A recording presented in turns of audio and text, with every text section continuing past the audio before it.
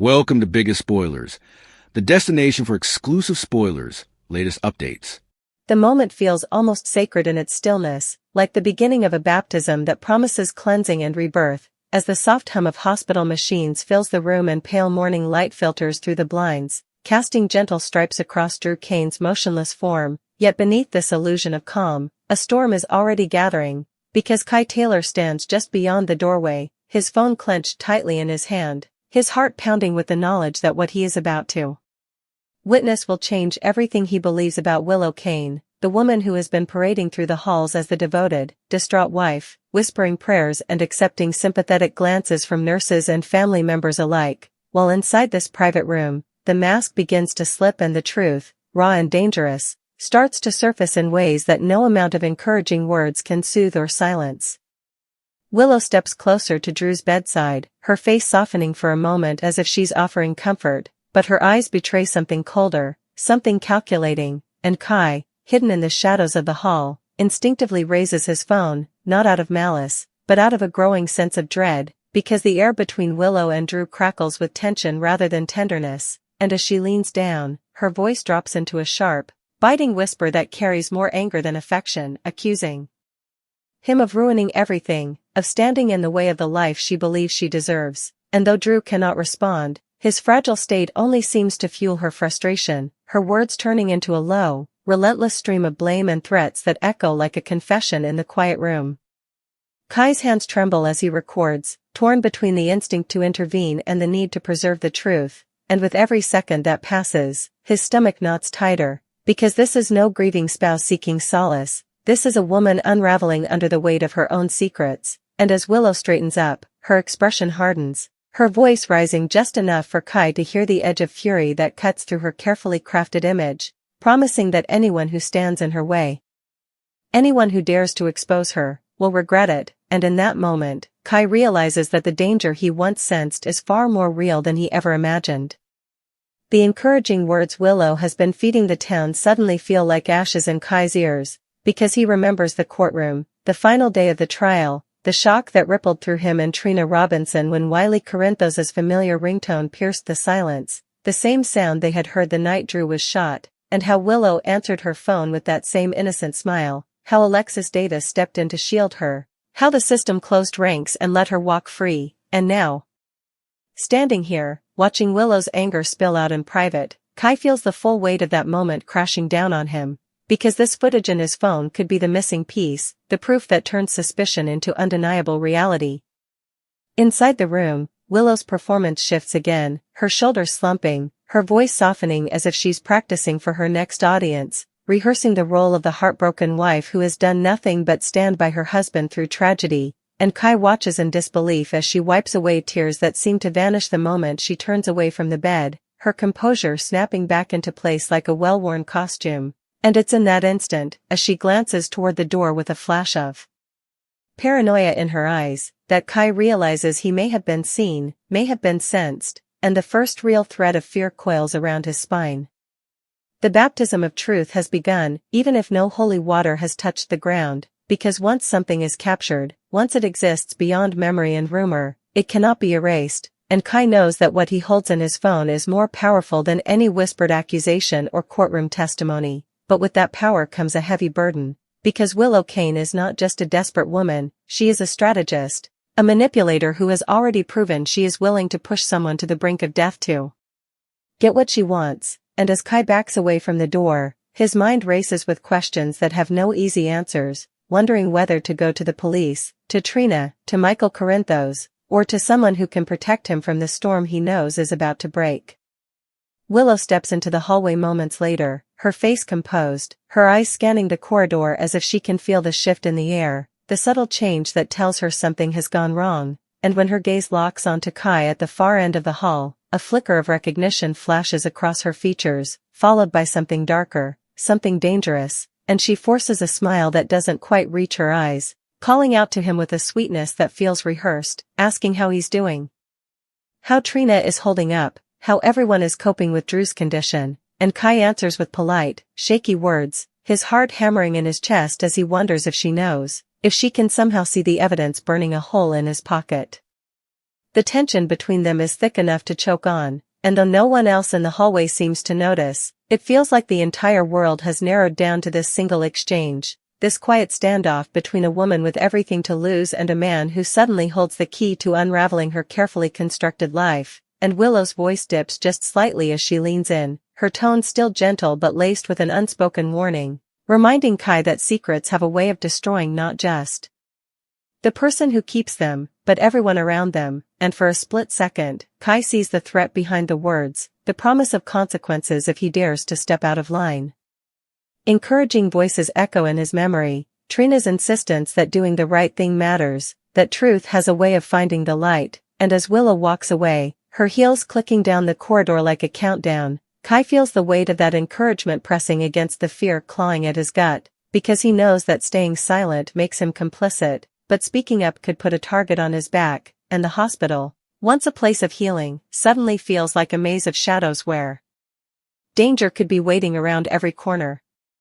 Behind closed doors, Willow's composure cracks just enough to reveal the fury simmering beneath the surface, her mind racing as she pieces together the possibility that Kai has seen too much, heard too much, and maybe even recorded too much, and the thought sends a surge of anger through her veins, because her entire plan, the life she has been orchestrating, the children she is desperate to reclaim, the future she believes is owed to her, all of it hangs in the balance, and she cannot allow a naive, well-meaning bystander to bring it crashing down. The angry threats she whispered to Drew now take on a new form, not spoken aloud, but carried in the sharp focus of her resolve, because Willow has crossed a line she cannot step back over, and the idea of losing everything pushes her toward darker, more dangerous thoughts, ideas of confrontation, of intimidation, of making sure Kai understands just how high the stakes really are, and as she grips the edge of the sink in the restroom, staring at her own reflection, she barely recognizes the person staring back, a woman who once stood for compassion and kindness now hardened by desperation and ambition. Kai, meanwhile, slips outside, gulping in cold air as if it can wash away the fear and uncertainty, his phone heavy in his hand, the recorded truth both a shield and a curse, and he dials Trina's number, hesitating with his thumb hovering over the call button, because he knows that once he shares what he has, there is no turning back, no pretending this is just another rumor in Port Charles, and when her voice finally answers, warm and familiar, he almost breaks, the words tumbling out in a rush as he tells her he has proof, real proof, that Willow is not who she claims to be. The baptism of revelation spreads from one person to another, not in a chapel, but in hushed phone calls and urgent whispers, and as Trina listens, her own heart sinking with the weight of what this means, she encourages Kai to be careful, to think about his safety, to not face Willow alone, and her concern only deepens his fear, because it confirms what he already knows in his bones, that he is now standing in the path of someone who will not hesitate to protect herself at any cost. Willow senses the shift even before she sees the ripples, the way people look at her a second longer, the way conversations stop when she enters a room, and paranoia begins to gnaw at her, pushing her toward bolder, riskier moves, and when she finally corners Kai in a quiet stairwell, her voice is low, controlled, but vibrating with intensity, asking him what he thinks he knows, what he thinks he saw, and as he tries to deflect, her patience snaps, the sweetness evaporating as she leans in close, her words turning into a direct, unmistakable threat, warning him that meddling in her life will only bring him pain, that he has no idea what he's stepping into. The confrontation is a spark in a room full of gasoline, and though Kai manages to slip away, his heart racing, he knows that this is no longer just about doing the right thing, it's about survival, because Willow Kane has gone from being a woman playing a role to a woman ready to defend her secrets with everything she has, and the footage on his phone has turned him into a liability she cannot afford to ignore.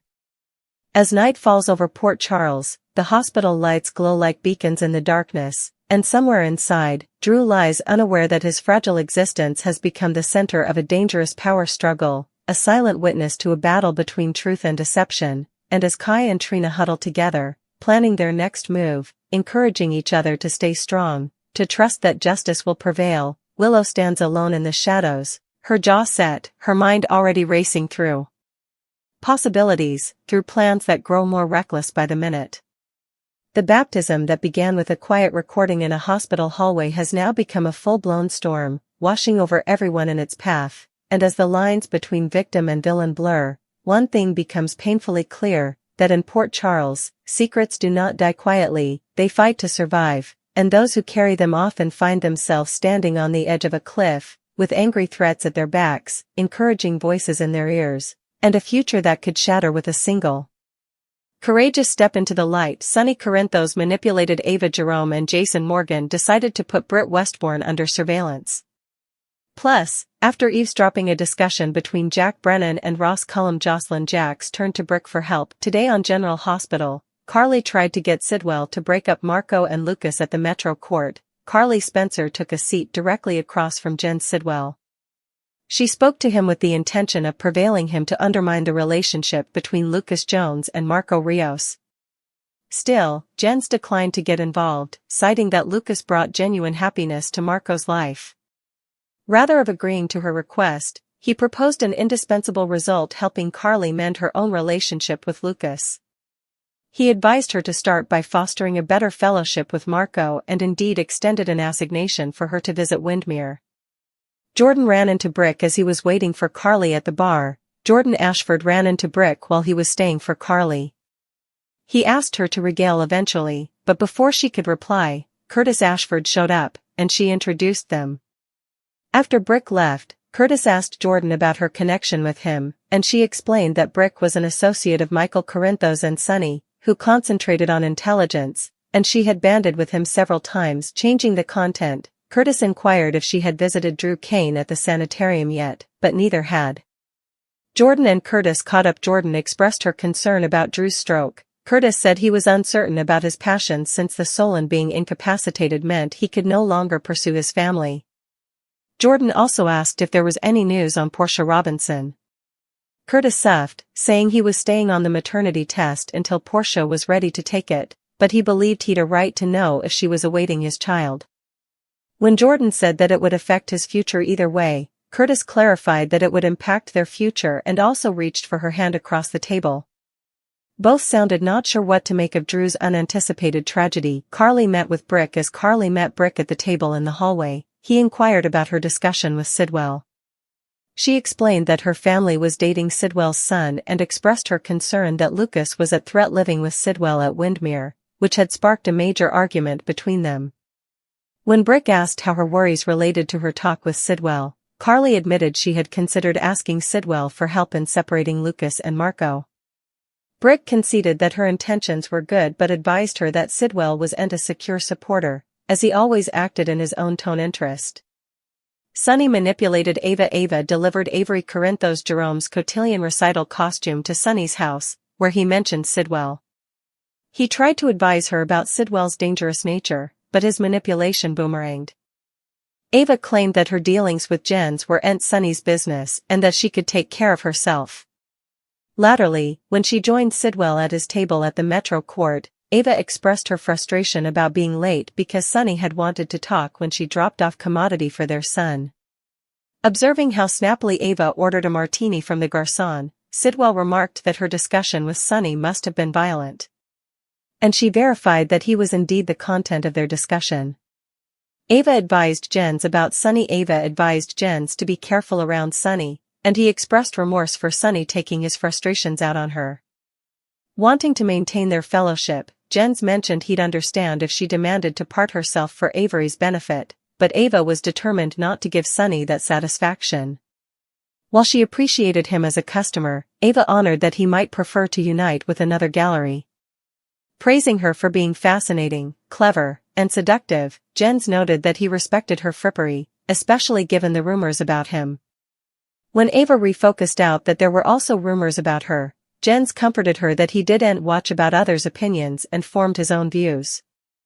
Ava was concerned over Carly seeming to lurk latterly. When Ava expressed concern that Carly was lurking and might report their meeting to Sonny, Jens suggested they go back to Windmere. "I suppose that's a fantastic idea," she blabbed with a sportful smile, "and it'll give Sonny commodity to truly be worried about." As they awaited the launch, Ava participated with Jens that she liked the study of Carly telling Sonny they had left the Metro Court together. But she didn't want to produce gratuitous pressure between him and Sonny. Reassuring her, Jen said he'd a solid track record of dealing with Sonny Corinthos. Jason hunted Britt down to talk the day after she ditched him. The day after Britt broke up with Jason, he set up her at General Hospital to talk. He brought Lucas into their discussion as a substantiation in case she demanded to file a restraining order. Britt condemned Jason for being bad for her and claimed she didn't need saving presently. She cried that if he truly admired her, he'd leave her alone, and also she walked down, leaving Jason to apologize to a shocked Lucas for being involved in their drama. Around the corner, Britt cried over having to end affairs with Jason. Jason went to talk to Sonny about Britt after his veritably public bifurcation with Britt. Jason went to Sonny's house. Sonny mentioned that he'd planted some useful seeds against Sidwell while Ava was there before. Since both Avery's mama and Lucy Coe were contending for the man, they had an edge with Sidwell being detracted. Jason questioned how long Sonny would allow Sidwell to continue blackmailing him, and Sonny complained that he'd deal with Sidwell right now if Laura Collins was also involved. Also, Sonny asked if Britt had mentioned anything about Sidwell, and Jason explained that Britt had broken up with him because of his fellowship with Carly.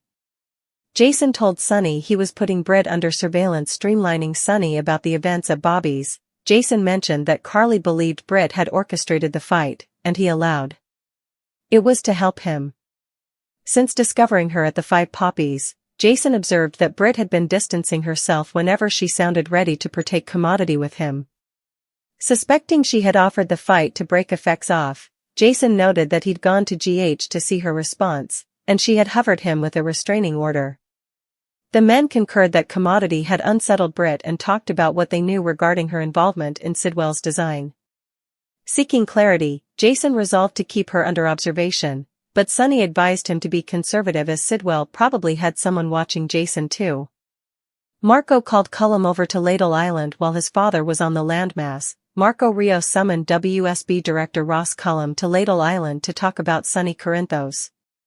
Marco detailed how his pater had influence over Sonny and was exploiting it for his own purposes, but he believed it was too dangerous to abandon the toughie. When Cullum inquired if this was related to redressing his mama's death, Marco admitted that he'd delight seeing Sonny pay for what he did to Natalia Rogers Ramirez. Still, Marco felt that the trouble to their business impended larger, in malignancy of wanting to retaliate his mama. Marco wanted Cullum to take out Sonny laterally. Marco revealed that despite Sonny dealing Jen's peers, the crime lord still maintained control over the harborage. Marco suspected that Sonny was taking advantage of Sidwell's complacency to concoct his vengeance, thereby making it dangerous to have their design positioned directly across the harbor from the one existent who could bring it to a halt. Also, Marco revealed his minatory wishes for Sonny. Declaring that blackmail alone would serve to neutralize Corinthos, Marco suggested that Cullum should exclude Sonny from the equation. Jocelyn told Jack about the vault conversation with Lucas and Marco at Pier 55. Jocelyn Jacks informed Jack Brennan that she had visited Windmere with Lucas. Although her master was worried about her defiance, Joss maintained that she was fine since Pascal was out of the country. She also participated Marco's strange response to Lucas's desire to explore the vault and inferred that whatever Sidwell was concealing on Ladle Island was located in the coverts. As they bandied Faison's history in Port Charles at Windmere, Jack concurred that the miscreant's associates might have been executing his final design on the islet. Ladle Island was notorious for losing power during storms, and a blizzard was imminent in Port Charles. Jocelyn wanted to search the castle, but Jack wouldn't allow it. Joss believed she'd have the ideal chance to probe the castle if all its residers returned to the landmass to ride out the storm. Jack claimed it was too dangerous for Joss to search the islet alone and preferred to stay until he could gather a platoon. This led Joss to ejaculate that the real reason was his disinclination to jeopardize his gal's son. Just also, Jack entered a textbook from Cullum, who was en route. This urged him to instruct Jocelyn to leave before the director arrived and to steer clear of Ladle Island. Jocelyn overheard on Jack and Cullum. Jocelyn heated in as Jack met with Cullum, who wanted to know how Sonny was involved in Sidwell's operation in Port Charles. Cullum set up it strange that Corinthos, who controlled the eastern seaport, would give up his transport mecca to Sidwell. Jack claimed there was only bad blood between the two men, mentioning that Sunny held Sidwell responsible for the fire at Charlie's cantina, and nothing had been reported to the WSB since also. Cullum aloud. That was suspicious, but Jack argued that the peer's purchase sounded licit and didn't believe Sunny was apprehensive of Sidwell's dealings. Jocelyn noted as Cullum indicted Jack of avoiding looking into Corinthos due to his relationship with the man's ex-wife, and Jack stated that he was only dating Carly to gather information on Sunny. Marco called Britt over to Windmere after Cullum left. Marco called Britt to come to Windmere. She said she had cases and couldn't go, but he hovered to inform the WSB director about her issues, so she agreed to go to the islet. Back at the Mecca, she asked Lucas to check on a case since she demanded to leave beforehand, and Lucas asked Britt if she was okay after her fight with Jason. Britt pretended to be fine but suggested that she knew it would end poorly, so she couldn't let Jason hold her back. Lucas agreed that occasionally you must prioritize yourself. Indeed, if you love someone. Lucas showed up at Windmere, interposing Marco with Britt. As soon as Britt stepped into Windmere, Marco eagerly guided her through the lab. Still, upon their return to the living room upstairs, Britt raised her enterprises, stating that the space didn't have the necessary safety measures she needed to complete her cold emulsion design. When Marco suggested that she was simply procrastinating, Britt raised her voice, averring that all she wanted was to finish her work as snappily as possible. At that moment, Lucas walked by and was taken suddenly to find Britt with Marco. "Alright, fill me in on this, what exactly do you want to wrap up with what?" Lucas inquired. Carly commended and Brick the distance in her family back at the Metro Court. Carly told Brick she had been feeling distant from her family recently. She felt unfit to be honest with her favored bones. And they with her. She apologized for disburning her passions, but Brick comforted her that they were musketeers and